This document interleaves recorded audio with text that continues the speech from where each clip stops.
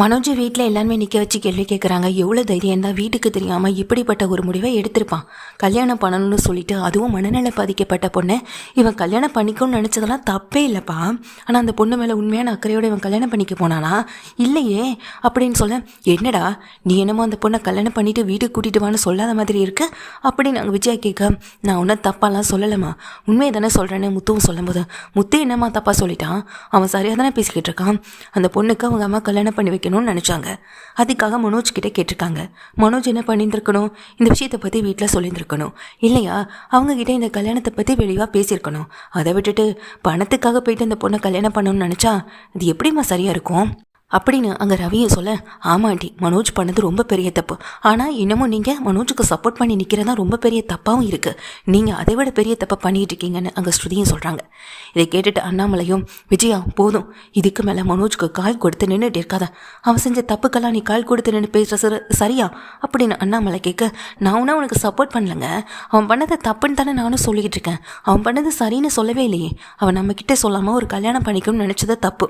ஆனால் அவனுக்கு கல்யாணன்ற நினைப்பு எதனால் வந்தது, அந்த ரோஹினிக்கிட்டேருந்து விடுதலை வாங்கணுன்றதுக்காக தான். பணத்தை மட்டும் இவன் ஏற்பாடு பண்ணித்தரேன்னு சொல்லியிருந்தானா இவன் மனோஜ் எதுக்காக போயிட்டு கல்யாணம் பண்ணிக்கணும்னு போய் நிற்க போகிறான். அவனுக்கு எங்கே அந்த எண்ணெல்லாம் வரப்போகுது, இதோ நிற்கிறாளே இவ தான் செய்யக்கூடாதுன்னு சொல்லியிருப்பா. எங்கள் அம்மா என் தம்பி என் தங்கச்சிக்கு நீங்கள் செஞ்சால் போதும், இந்த மனோஜுக்காக செய்ய வேணான்னு சொல்லியிருப்பா. ஏன்னா மனோஜுக்காக இந்த வீட்டில் ஒரு வேலையும் பார்க்க மாட்டேன்னு சொல்கிறவ தானே இவன் அப்படின்னு விஜயாவும் சொல்ல, விஜயா போதும் நிறுத்துறியான்னு அண்ணாமலை சொல்கிறாங்க. அத்தை நான் அப்படி நினைக்கக்கூடியவ கிடையாது. இந்த வீட்டில் யாருக்கு கஷ்டம்னாலும் உதவி செய்யக்கூடியவங்க தான் நாங்கள். எங்ககிட்டே இப்போ எந்த கையில் பணம் இல்லைன்னு அதை நேரடியாகவே தானே சொன்னோம் அப்படின்னு சொல்லிட்டு மீனாவும் சொல்ல, மீனா நீ ஒன்று இவங்களுக்கு விளக்கம்லாம் கொடுக்க வேணாம். நீ என்னதான் விளக்கம் கொடுத்தாலும் அம்மா என்ன நீ சொல்கிறது சரின்னு ஏற்றுக்க போகிறாங்களா, பின்ன எதுக்கு நீ அவங்களுக்கு கஷ்டப்பட்டு விளக்கத்தை கொடுத்துக்கிட்டு இருக்கன்னு முத்துவும் சொல்கிறாங்க. ஆண்டி முத்துவும் மீனா ஒரு வகையில் கஷ்டப்படுறதுக்கு காரணமே உங்கள் பிள்ளை மனோஜ் தான். அதை பற்றியே நீங்கள் கவலைப்பட மாட்டீங்க. மனோஜுக்கு திரும்ப பணம் ஏன் கொடுக்கலன்னு சொல்லிட்டு திரும்ப அவங்க கிட்ட கோவப்படுறீங்க.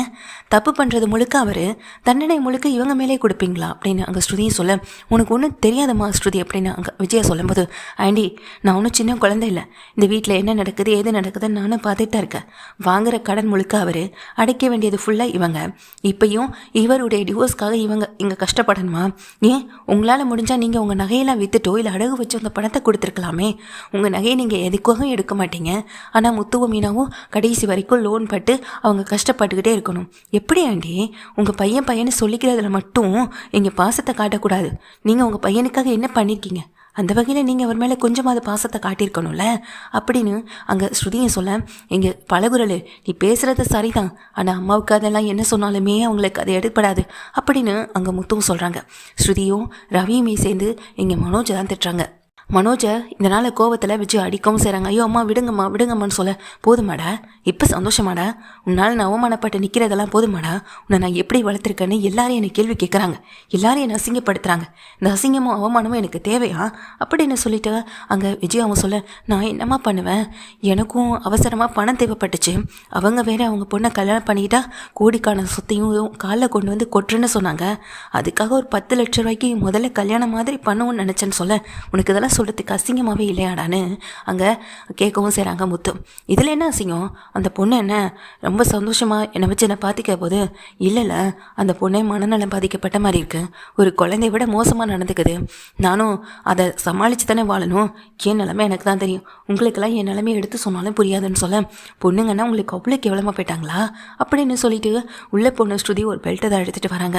ஏய் என்ன நீ கையில் பெல்ட்டெல்லாம் வச்சுட்ருக்கேன்னு சொல்லி கேட்க, ஆண்டி உங்கள் பையனை இப்படியெல்லாம் நீங்கள் அடிச்சிங்கனாலாம் கேட்க மாட்டார், இந்தாங்க ஆண்டி பிடிங்க, இதால் நீங்கள் அடிச்சிங்கன்னா தான் அவர் சொன்ன பேச்சை கேட்பார் அப்படின்னு ஸ்ருதி சொல்ல, அதை கேட்ட விஜயாவோ, ஏய் அதெல்லாம் ஒன்று வேணாம், அதான் நான் தான் அவனை கேட்டுட்டல, அதெல்லாம் ஒன்று வேண்டாம் அப்படின்னு சொல்லும்போது, ஆண்டி இப்படிலாம் அடிக்கக்கூடாது, சின்ன வயசுலேருந்து நீங்கள் மனோஜை நான் அடிக்கிற மாதிரி அடித்து வளர்த்துருந்தீங்கன்னா இப்போ ஓரளவுக்கு உங்கள் சொல் பேச்சு கேட்டிருப்பாரு, எது நல்லது எது கெட்டதுன்னு தெரிஞ்சிருக்கும்.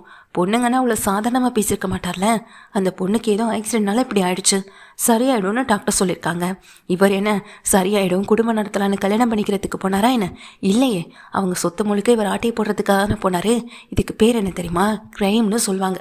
அதுவும் இல்லீகலான முறையில் நீங்கள் இன்னொரு மேரேஜ் பண்ண முயற்சி பண்ணியிருக்கீங்க, இந்த போலீஸ் ஸ்டேஷனில் சொன்னால் என்ன தண்டனை கிடைக்கும் தெரியுமா அப்படின்னு ஸ்ருதியை சொல்ல, என்னம்மா ஸ்ருதி நீயே போலீஸ் ஸ்டேஷனில் சொல்லி வைப்பலேன்னு சொல்ல, ஆண்டி முதல்ல இதை படிங்க, இப்போ நீங்கள் அடிக்க போகிறீங்களா இல்லைன்னு சொல்ல, இல்லை மனோஜ் செஞ்சது தப்பு தான், அதுக்கு நான் வேணா அவனை கேள்வி கேட்டுக்கிறேன், அதுக்காக அவனை அடிக்கிறதுலாம் ரொம்ப பெரிய பாவமா அப்படின்னு சொல்லும்போது அதை கேட்டதுமே எங்கள் ஸ்ருதியும், ஆண்டி இங்கே பாருங்களேன், இந்த பெல்ட்டை இப்படி பிடிச்சி இப்படி அடிக்கணும் ஆண்டி அப்படின்னு சொல்லி மனோஜை போட்டு அடி வெளுத்து வாங்குறாங்க. மனோஜ் வலியால் துடிச்சு கதறாங்க. ஏமா ஸ்ருதி விடுமா விடுமான்னு சொல்ல, ஆண்டி இப்படி அடிக்கணும், இப்படி அடித்தா தானே அவருக்கும் இந்த அடி வாங்கினதும் மறக்காது, நம்ம என்ன தப்பு செஞ்சோன்றதே மறக்காது, இனிமேல் அந்த தப்பை பண்ணக்கூடாதுன்னு தோணும். இப்படி அடிக்கிறத விட்டுட்டு நீங்கள் என்னடானா இங்கே கை வலிக்காத மாதிரி 2 தட்டு தட்டினா எப்படி ஆண்டி அவருக்கு வலிக்கும், இந்தாங்க ஆண்டி நான் அடித்த மாதிரி அடிக்கிறீங்களா அப்படின்னு சொல்லிட்டு கேட்க, இதை கேட்ட உடனே எங்கள் விஜய் அப்படியே ஆடி போய் நிற்கிறாங்க. சரியான அடியில் அப்படின்னு முத்துவும் வந்துட்டு சந்தோஷப்பட்டு சிரிக்க, ஸ்ருதி அப்படின்னு ரவி கூப்பிடுறாங்க. ஆமாம் அவங்க போலீஸில் இன்ஃபார்ம் பண்ணணும்னு சொன்னாங்களே. ஆமாம் அவங்க போலீஸ் ஸ்டேஷன் போகிறேன்னு தான் சொல்லியிருக்காங்க. ஆண்டி அவங்க போலீஸ் ஸ்டேஷன் போகக்கூடாதுன்னா நீங்கள் அடிக்கிறத நான் வீடியோ எடுத்து அனுப்புகிறேன், அப்போ தான் அவங்க மனசு கொஞ்சம் சாந்தி அடையும்லன்னு சொல்லிட்டு இங்கே விஜயா முன்னாடியே அதை வீடியோ எடுக்கிறாங்க. விஜயாவுக்கு வேறு வழி இல்லாமல் போட்டு அடிக்கவும் செய்கிறாங்க. நான் மன்னிச்சிடா மனோஜ் அப்படின்னு நினச்சிக்கிட்டு மனோஜை போட்டு அடி வெளுத்துவாங்க. அதை ஸ்ருதி வீடியோ எடுத்து கனகாவுடைய அம்மாவுக்கு அனுப்பி வைக்கவும் செய்கிறாங்க. கனகாவுடைய அம்மா அதை பார்த்து அப்போ தான் சந்தோஷப்படுறாங்க. என் சொத்துக்காக என்னை என் பொண்ணை ஏமாற்ற வந்தவனா நீ அப்படின்னு சொல்லிட்டு ரொம்ப சந்தோஷப்படவும் செய்கிறாங்க. இங்கே மடி வாங்கி கிளம்ப முடியாமல் மனோஜ் கிடக்க, போதும் ஆண்டி அப்படின்னு அங்கே ஸ்ருதியை நிறுத்த சொல்கிறாங்க.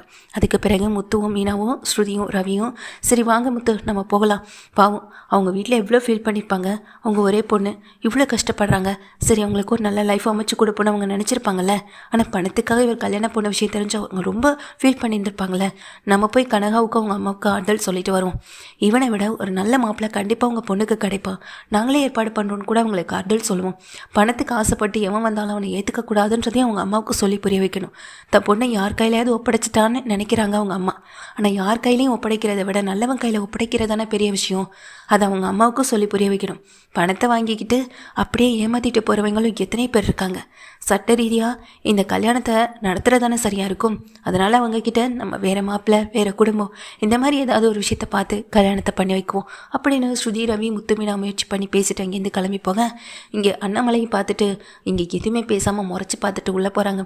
மனோஜ் அப்படின்னு போய் தூக்கி விடவும் செய்கிறாங்க. விஜயா ரொம்ப அடிபட்டுடுச்சாடா அப்படின்னு கேட்க, என்னம்மா அடிக்கிறதே அடிச்சுட்டு அடிபட்டுடுச்சான்னு கேட்குறேன்னு சொல்லிட்டு விஜயா அதை மனோஜ் கேட்க, படுபாவின்னு திரும்ப மண்டையிலே குத்துறாங்க. அம்மா எனக்கு ரொம்ப வலிக்குதுன்னு சொல்ல, எனக்கு மட்டும் வலிக்கலையாடா, என்னைய எல்லாம் முன்னாடி அசிங்கப்படுத்திட்டல, இப்படி போய் ஒரு மனநல பாதிக்கப்பட்ட பொண்ணை ஏமாத்தணும்னு போயிருக்கே, என்ன இருந்தாலும் பெண் பாவம் பொல்லாததுன்னு தான் சொல்லுவாங்க, நீ இப்படி ஒரு குடும்பத்தை ஏமாத்த நினச்சதை தப்பில்லையாடா, என்னைக்கு அந்த ரோஹிணி பண்ண அதே வேலையை தானடா நீயும் பண்ணியிருக்க, அந்த பழகுரல் கேட்குறது நியாயமான கேள்வி தானே அப்படின்னு அங்கே விஜயாவும் சொல்கிறாங்க.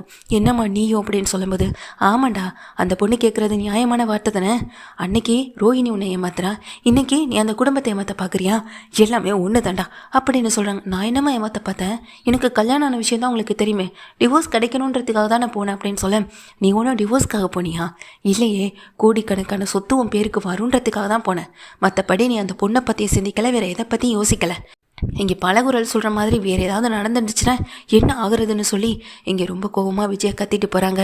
மனோஜ் அடி வாங்கி தயங்கப்படி நிற்கிறாங்க. பரவாயில்ல ஸ்ருதி, நீங்கள் சரியான அடி கொடுத்தீங்க, இதுக்கு மேலே அவர் யாரையும் ஏமாற்றணும்னு நினைக்கவே மாட்டார் பணத்துக்காக அப்படின்னு மீனாவும் சொல்ல, ஆமாம் மீனா நாம் அடிக்கடி இப்படி ஏதாவது ஒரு அதிர்ச்சி வைத்தியம் கொடுத்துக்கிட்டே தான் இருக்கணும் போல் மனோஜுக்கு அப்படின்னு முத்து மீனா ரவி ஸ்ருதின்னு இவங்க எல்லாருமே பேசிக்கிட்டு தான் போகிறாங்க. முக்கியமாக கனகா வீட்டுக்கு போகிறாங்க. கனகாவுக்கும் அம்மாவுக்கும் ஆறுதல் சொல்கிறது மட்டும் இல்லாமல் பணத்துக்காக வர யாரையும் நம்பாதீங்கன்னு சொல்கிறதுக்காக.